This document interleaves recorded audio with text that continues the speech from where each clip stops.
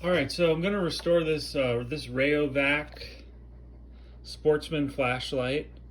It's probably from like late 1950s to 1960s, somewhere in there. I'm not exactly sure.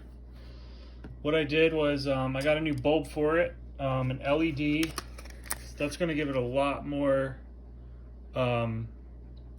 light, as you can see in the picture there, the left side versus the right side. So it's gonna be almost like a spotlight. And then I got some new batteries for it, and we're just gonna take some Brasso and polish up this chrome here. I've started in there a little bit. So I'm gonna wipe it down, polish it up. Like you can see how kind of messed up it is over there.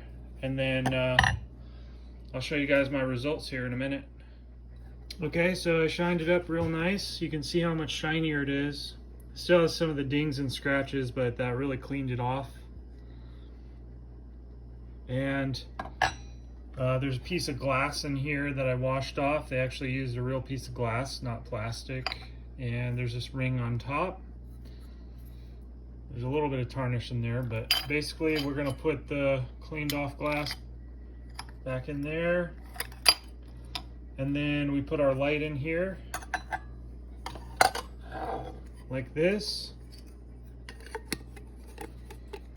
And then we're gonna put our glass back on, and we're gonna twist it on, and then we put our batteries down here. This comes off, and I'll show you what we get from that.